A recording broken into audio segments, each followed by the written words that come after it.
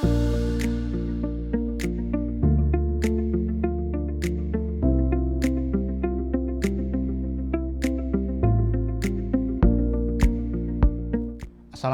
warahmatullahi wabarakatuh.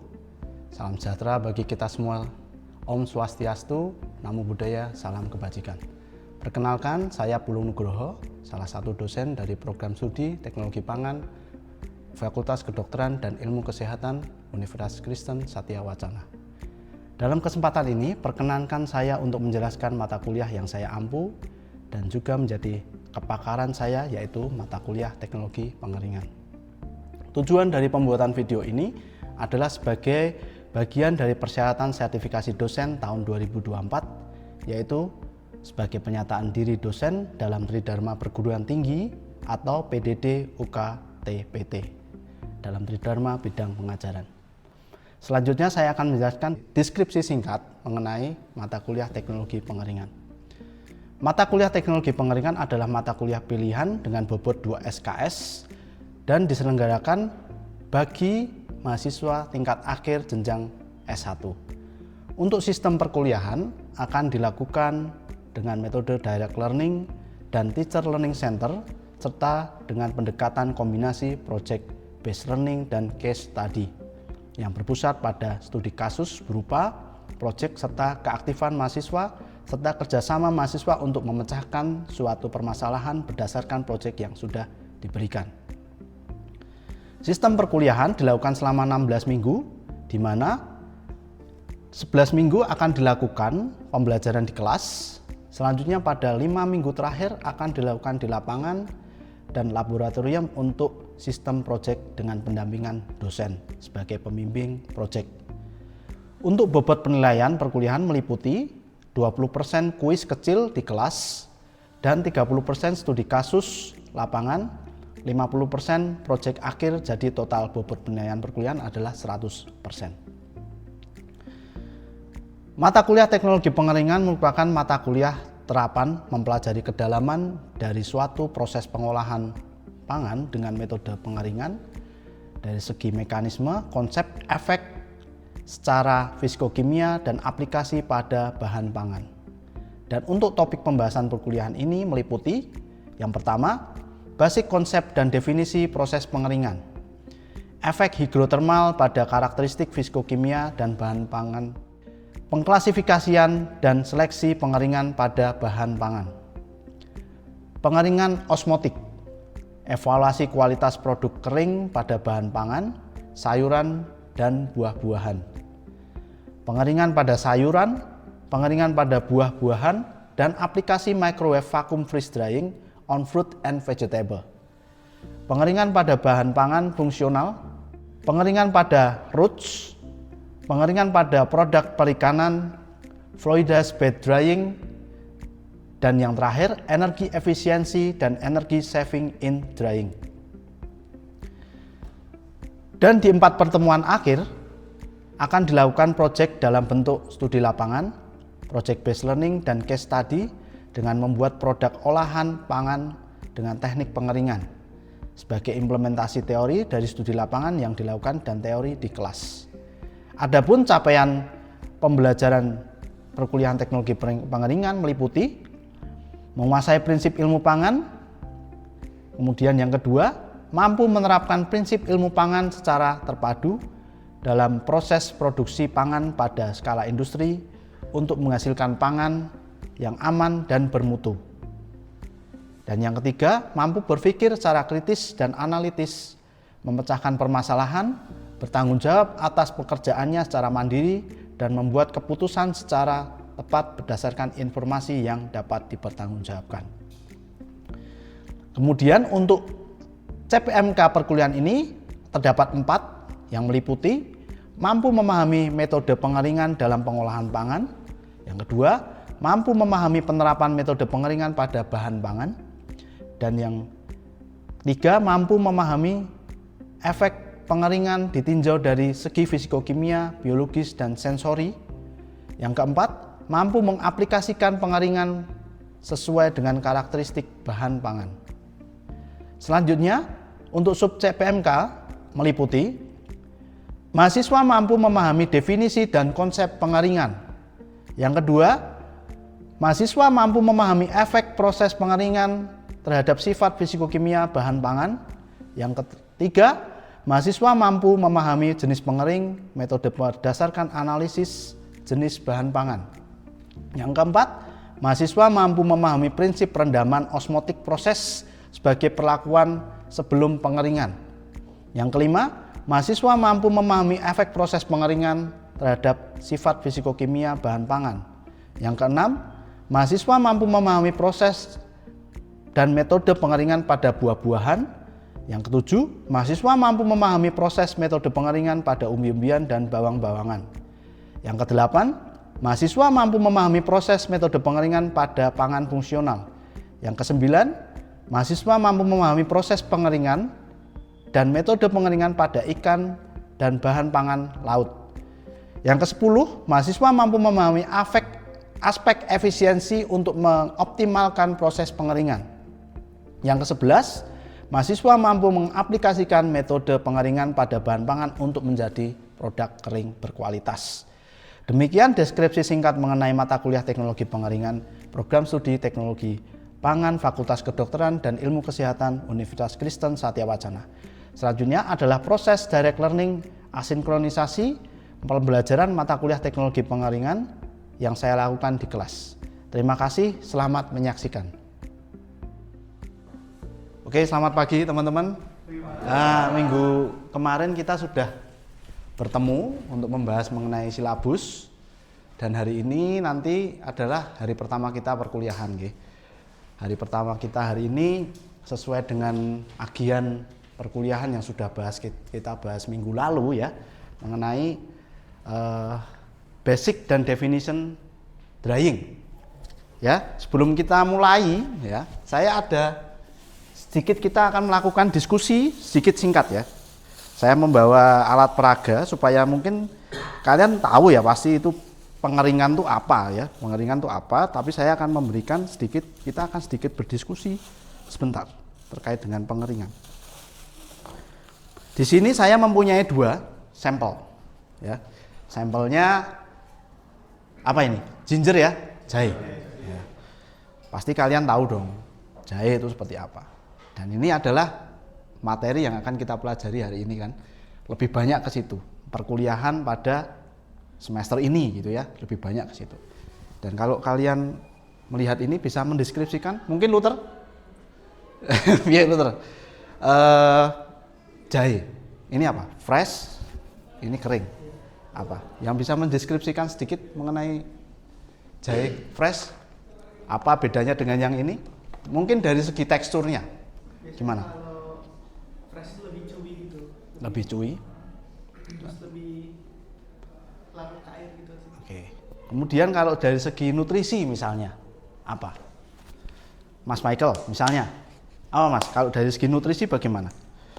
Kalau yang fresh pasti lebih oke ya Pak. Oke, siap. Sudah dikeringkan. Oke, boleh dipotong sedikit, dipatahkan, kemudian dicium. Lebih harum yang mana? Dengan yang kering? Mas Luther mungkin? Ya. Yang fresh. Oke, jadi pengeringan itu memiliki banyak manfaat, tapi di satu sisi juga memberikan dampak yang buruk ya. Ketika kita mengeringkan pasti ada side effect dan positif dan negatif efeknya. Dan salah satunya ketika dikeringkan itu harumnya bisa keluar ya. Makanya jamu-jamuan itu kalau yang dikeringkan itu kan kadang-kadang dikeprek dulu atau dikeringkan dulu. Kalau orang beli kekucingan tuh, kalian mesti kan digeprek dulu ya, digeprek, dipatahkan atau dibakar dulu bentar, kemudian nah itu untuk menstimulasi keluarnya aroma ya. Jadi pengeringan, pemanasan itu adalah salah satu trigger yang sangat bermanfaat teman-teman, dari segi untuk mengeluarkan senyawa fungsional dari suatu bahan pangan itu sendiri ya. Baik, kita mulai. Nah, dari sampel itu kalian sudah mungkin pasti sudah bisa berpikir ya, itu salah satu manfaatnya. Kita akan ke materi yang pertama mengenai basic dan definition of drying ya. Kemudian sebenarnya kita nanti akan bercerita di sini banyak bagaimana kita membuat suatu produk fresh menjadi produk kering ya. Jadi pengeringan itu adalah salah satu metode preservasi sebenarnya. Preservasi tahu apa itu preservation?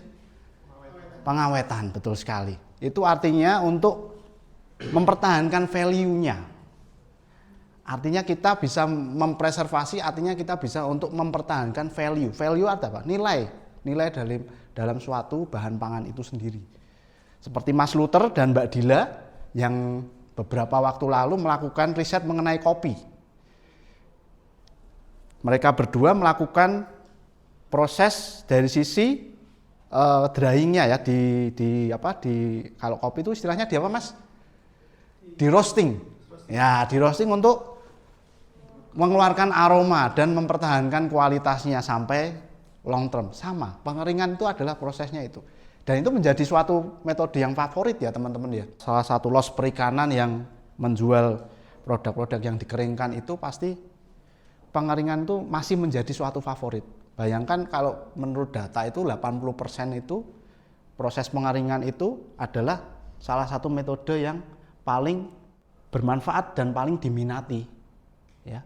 Jadi memang pengeringan itu sangat bermanfaat ya dari sisi preservasi ya. Pikirannya harus dibawa ke sana dulu, preservasi. Tindakan ketika kita bermain teknologi pangan adalah mempreserve artinya untuk mempertahankan nilainya. Some reason why drying. Kenapa alasannya Pak? Kenapa kok drying ya Pak ya? Kenapa kok drying? Drying is the most cost effective. Ya, kalau kalian pergi ke pasar ya, pernah ke pasar pasti ya pasar tradisional pasti ada salah satu spot khusus. Ya, pernah ibu kalian ke pasar gitu ya, kalian ikut mesti ada salah satu spot khusus yang menjual produk-produk kering dan mostly itu pasti produknya itu bermacam-macam ya. Tapi apakah produk itu memiliki value added yang bagus? Nah, itu kan pertanyaannya di situ. Pengeringan memang most efektif, benar. Ketika kalian ke pasar, salah satu los itu wah ikan kering, terus kemudian itu apa? Simplicia seperti ini sangat banyak sekali di los. Ya. Ya memang itu adalah salah satu teknik yang sangat mudah ya. Ini yang kalian bawa ini seperti yang dibawa Mas Michael ini yang dibuat ibu saya. Ini cuman dikeringin di depan rumah itu teman-teman. Cuman di depan rumah pakai matahari, tapi ya 3 hari. Karena kan matahari cuman suhunya sampai 30 ya, 32, 33 maksimal gitu kan. Nah itu kan sangat simpel gitu kan. Kemudian dan aplikasinya sangat luas. Ketika kita mengeringkan suatu bahan pangan itu aplikasinya sangat luas. Semua bahan bisa dikeringkan. Bisa jadi marine produk makanan, kemudian produk daging ya, kemudian produk sayur, buah dan sebagainya. Tapi ya ada tapinya. Makanya saya beli stabilo di sini bahwa each food product needs to be dried in different way ya, using appropriate pre and post processing steps and proper dryer type as to add satisfactory value upon drying. Artinya kalau kita mengeringkan it's simple. Tapi kalau sudah berbicara mengenai value added, misalnya nutrisinya, kandungan antioksidannya itu beda cerita. Misal Mbak Natasha besok pengen menjadi suatu pengusaha jamu. Dan Mbak Natasha ingin menjual suatu isunya, jamu saya ini antioksidannya tinggi loh Pak, jamu kunir asem. Nah kalau cuma dikeringin pakai solar dryer yang tidak terkontrol suhunya dengan metode yang itu ya sama aja. Kalau ada orang sains misalnya Dila besok datang, oh itu tenane mosok Natasha, itu mbok keringin pakai suhu nggak terkontrol kok, metodenya seperti ini kok. Apa bener? Ya itu antioksidannya habis toh Natasha. Oh jadi, wah Indonesia Pak Pulung ngajar seperti itu loh, ya kan gitu kan. Nah itu kan jadi suatu hal yang makanya ketika menjadi suatu ingin mengedepankan value added dari suatu teknik pengeringan itu teman-teman harus tahu kebutuhannya itu seperti apa. And why characteristic every food is different ya. Itu yang jadi satu kuncinya juga. Setiap makanan itu punya karakteristik masing-masing. Kunyit, jahe itu punya karakteristik masing-masing. Karakteristiknya yang paling mudah ya mesti ginger itu apa? Yang memberikan antioksidannya lebih tinggi atau kurkuminnya lebih tinggi dan sebagainya, gitu kan? Itu. Oke, next ya. Teman-teman, secara ada suatu pepatah yang mengatakan seperti ini. Ini sebenarnya saya sendiri ya yang buat pepatahnya ini. Know your need. Tahu kebutuhanmu, tahu bahan pangan yang kamu akan preserve, use the method wisely. Nah, itu. Jadi setiap bahan pangan itu memiliki karakteristik. Kalian harus tahu, Mas Luther, Mas Mikandro, Mbak Asera ya, Mbak Asera punya karakteristik masing-masing. Punya style gaya masing-masing. Itu ya teman-teman, kita harus tahu karakteristik dulu.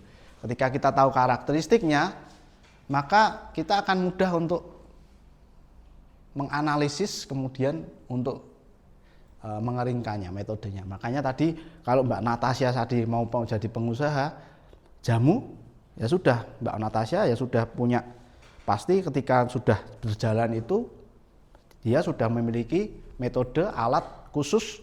Nah, ini jamunya itu, makanya Mbak Natasha nanti bisa mengklaim bahwa jamunya itu memang istimewa gitu. Pak, ini jamu saya ini pakainya freeze drying, gua nggak main-main gitu kan. Freeze drying yang harganya ratusan juta itu ya. Gitu. Basic terminologi. Jadi basic terminologi itu kan berkaitan dengan ketika kita mengeringkan suatu bahan pangan ya. Itu pasti ada suatu terminologi atau cara untuk merubah itu semua, dan ada 3 cara ya. Caranya adalah dengan cara convection, conduction, radiation ya, dan radiasi.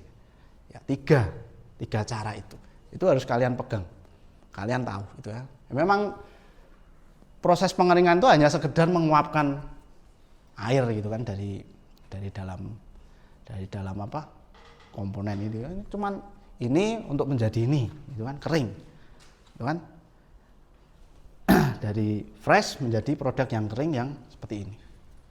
Tapi dengan adanya proses itu, kalian mengenal itu, kalian harus tahu gitu ya. Makanya tadi kan saya tulis bahwa 85% of industrial dryer are the convective type ya. Jadi 85% itu dengan cara konveksional, hot air dry, dengan cara pemanasan ya. Biasanya kalau industri itu mesti punya kabinet dryer menggunakan semacam metode itu ya. Jadi 3 hal ini, basic terminologinya itu harus tahu dulu gitu ya. Kemudian ketika kita sudah tahu basic terminologi itu, nah teman-teman ingat di mata kuliah teknologi pengolahan pangan di semester sebelumnya saya pernah mengatakan bahwa ini harus kalian kuasai terlebih dahulu. Kalian harus memahami ini. Ketika kalian sudah memahami suatu proses heat transfer itu tadi mencakup terminologi 3 hal tadi ya, konveksi, conduction, dan radiation tadi. Ketika kalian sudah tahu itu, ya kalian akan mudah untuk mengimplementasikan ke dalam suatu praktek itu sendiri gitu kan. Nah itulah proses ya. Jadi kalian harus ingat proses basic prinsipalnya. Ada panas masuk ke dalam bahan pangan ya, melalui lapisan luar, kemudian mulai masuk merusak jaringan itu, kemudian mengeluarkan uap air, dan itu siklusnya harus benar-benar terjadi dengan baik ya. Kalau dalam suatu metode itu aliran pengeringan itu ya, kalau di alat itu nggak bisa, harus aliran itu harus bagus ya. Aliran dari suatu alat tuh harus baik, karena supaya heat transfer dan transfer massa ini berjalan tersirkulasi dengan sempurna ya.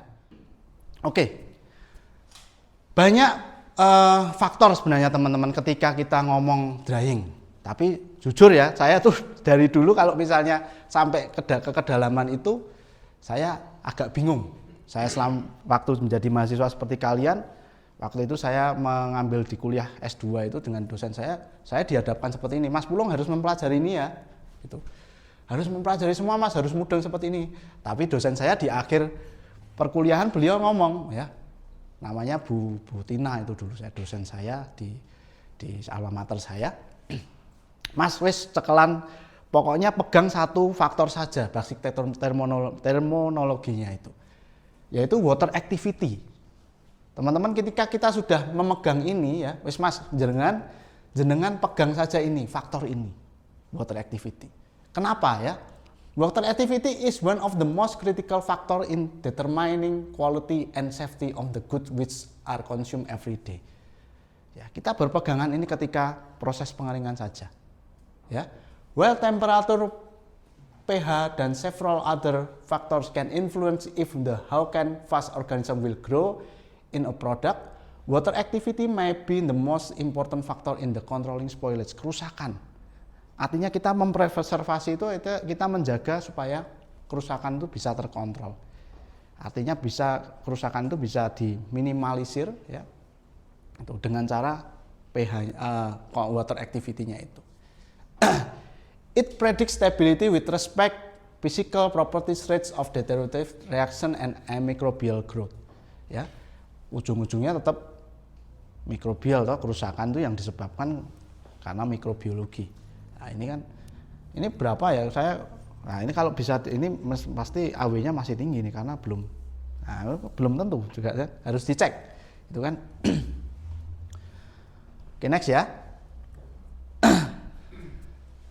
About microbial damage, seperti yang saya sampaikan tadi bahwa ketika kita mempreservasi suatu proses pengolahan itu microbial damage itu adalah suatu ujung-ujungnya ya tetap ini.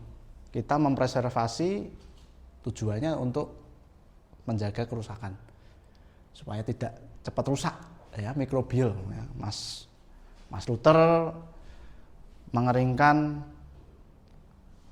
jamu kemudian atau menaruh susu dalam kulkas didinginkan supaya apa Mas Luther? Supaya enggak rusak Pak, supaya bisa awet sampai beberapa minggu. Nanti kan saya minumnya kan enggak sekali habis. Nah itu kan tujuannya itu ya, tujuannya itu. Each microorganism has optimum temperature for its growth. Increasing temperature above certain value preserve and growth and microorganisms have absolute demand water which enhance the growth of microorganism. Jadi berpeganglah teguh pada AW kalau kalian ingin save life, ingin men-save life, preservasi dalam waktu yang lama gitu ya. Oke, ketika kita sudah tahu ya dari suatu proses pengeringan tadi, kalian ingin proses pengeringan menjadi proses yang paling mudah dan sederhana. Tapi ketika ada demanding dari suatu konsumen, kalian ingin membuat produk yang kering, produk yang memiliki nutrisi. Kalau kalian pernah, mungkin studi kasusnya seperti ini, pernah membeli produk frying atau produk pengering yang menggunakan dua metode yang berbeda, misalnya vakum sama konvensional drying. Dari ada suatu poin-poin khusus ketika kita mengejar suatu demanding itu, ya, muncullah suatu alat-alat ini teman-teman. Alat-alat ini yang dikembangkan berdasarkan kebutuhan di pasaran. Demanding. Sekali lagi konsumen adalah faktor utama yang menjadi peran kita untuk mengembangkan suatu riset itu. Oke, mungkin itu yang bisa saya sampaikan di sini. Selanjutnya kita akan buka sesi pertanyaan, teman-teman. Mungkin ada pertanyaan dari apa yang saya sampaikan dari perkuliahan hari ini. Oke. Saya mau tanya Pak. Ya siap Mas. Pak, Ya. tadi kan dijelaskan ada cooling sama drying Pak. Nah, jika kita itu disuruh memilih Pak antara cooling dan drying, itu lebih baik mana atau Pak Pulung itu lebih milih mana antara cooling dan drying itu untuk preservasi itu Pak? Oke. pertanyaan yang cukup bagus ya. Saya senang ada yang bertanya. Biasanya jarang. Ini Mas Toti luar biasa. Jadi tergantung kebutuhan Mas. Jawabannya tergantung kebutuhan. Pada prinsipnya cooling dan drying itu kan secara mekanisme dia memainkan peran kadar air juga. Tapi kalau drying itu kita mengeluarkan air. Kemudian kalau cooling atau proses dengan suhu rendah itu kan kita mengkip ya. Di kuliah sebelumnya saya pernah jelaskan cooling atau itu kan mengkip. Jadi ketika cooling itu berhenti atau cooling itu tidak dilanjutkan, pasti proses kerusakan itu, preservasi itu tetap akan tidak akan berhenti di situ.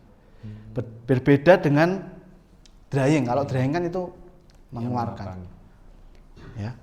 Artinya ketika air keluar itu komponen tadi AW juga akan menurun. Kalau cooling enggak ya. Cooling makanya ketika kita mendinginkan itu, kadar air itu masih stay di situ. Makanya kalau makanan yang di cooling itu masih segar toh, berbeda dengan yang drying sudah kering. Sudah. Jadi intinya sesuai kebutuhan jenengan. Ada lagi? Oke. Jadi saya mau nanya, pengeringan itu apakah bisa jadi suatu proses treatment awal dalam pengolahan pangan, Pak? Ya, Mas Mikandro, pertanyaan bagus, Mas. Terima kasih. Sangat bisa, Mas. Jawabannya sangat bisa. Saya ingin bercerita sedikit mengenai hasil riset saya, riset project yang pernah saya lakukan dengan mahasiswa teknologi pangan UKSW juga, ya atas nama Cahyo, ya angkatan 2017 dulu. Ya, anak itu memiliki hipotesis terkait dengan proses pengeringan yang akan memberikan suatu dampak signifikan pada hasil ekstraksi minyak yang dihasilkan. Jadi si Cahyo itu memiliki hipotesis bahwa proses pengeringan itu akan memberikan optimalisasi proses ekstraksi minyak.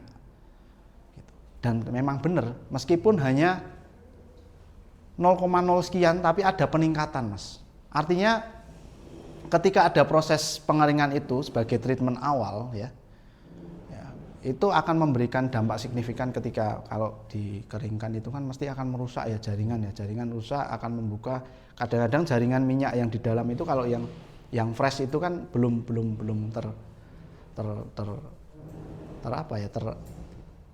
terbuka semua, tapi ketika dengan adanya pembantuan proses pengeringan itu menjadi lebih mudah gitu. Kecuali kalau jenengan punya alat ekstraksi yang canggih gitu ya, wah itu juara itu. Tapi dengan cara konvensional rumah tangga pengeringan itu bisa menjadi suatu trigger yang sangat baik untuk ke sana. Gitu. Mungkin itu jawaban saya, Mas. Ada lagi teman-teman? Oke, saya rasa cukup untuk pertanyaannya, ya. Oke, terima kasih. Oke, minggu depan kita akan lanjut ke materi klasifikasi ya, drying ya. Kita akan lebih dalam lagi dan jangan lupa nanti di akhir 4 pertemuan terakhir nanti ada project ya, project yang akan kalian lakukan. Nanti di lab itu ada 3 mesin drying, tapi sebelumnya di 2 pertemuan nanti kita akan ada studi lapangan yang dengan praktisi gitu. Supaya kalian bisa lihat langsung di lapangan, kita belajar sekalian piknik lah ya, praktek di lapangan gitu. Nanti setelah itu di 3 pertemuan selanjutnya kita langsung kalian nanti project di lab. Nanti akan saya dampingi sebagai pembimbing. Nanti kita akan bagi kelompok ya, 3 kelompok paling enggak ya, karena di lab ada 3, di situ ada vacuum drying, kemudian solar, dan satunya oven biasa. Itu nanti kalian menjadi suatu project kalian di akhir perkuliahan. Karena ini mata kuliah pilihan, kita happy saja. Kalian kan mahasiswa tingkat akhir, jadi harus happy. Ya, ngambil mata kuliah ini harus happy. Nanti semakin hari nanti kita ke fokus ke materialnya ya. Kita nanti akan belajar mengenai jahe-jahean, buah-buahan, bagaimana prinsipnya dan itu secara spesifik. Gitu, terima kasih. Jangan lupa absensi, nanti akan segera saya kirimkan. Terima kasih, selamat pagi. Iya, Pak. Ya.